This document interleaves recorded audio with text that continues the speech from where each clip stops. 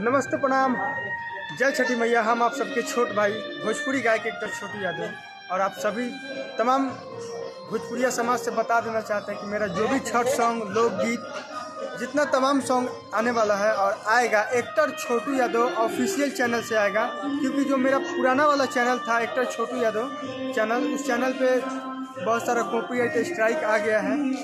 जैसे हम पहले सिंगिंग नहीं करते थे, दूसरे के गाने में लीड करते थे, वो गाना अपने चैनल पे डालते थे, इसी कारण कॉपीराइट स्ट्राइक आ गया, तो वो चैनल ब्लॉक हो चुका है। तो मेरा एक्टर छोटू यादव ऑफिशियल से सारे गाने आएंगे, इसको ढेर सारा प्यार आशीर्वाद दीजिएगा और चैनल को सब्सक्राइब कर लीजिएगा, ताकि जो भी मेरा गाना है तमाम माता बहन भाई गार्जियन के पास आसानी से गाना पहुंचे। तो आप लोग चैनल को सब्सक्राइब कर दीजिएगा। और जैसे मेरे देवी सॉन्ग आर्मी बने के हमारा मन बा, जिस तरह आप लोगों ने प्यार आशीर्वाद दिया, उम्मीद करेंगे, आशा करेंगे कि मेरे सारे सॉन्ग को इसी तरह प्यार आशीर्वाद मिलेगा और मिलना चाहिए।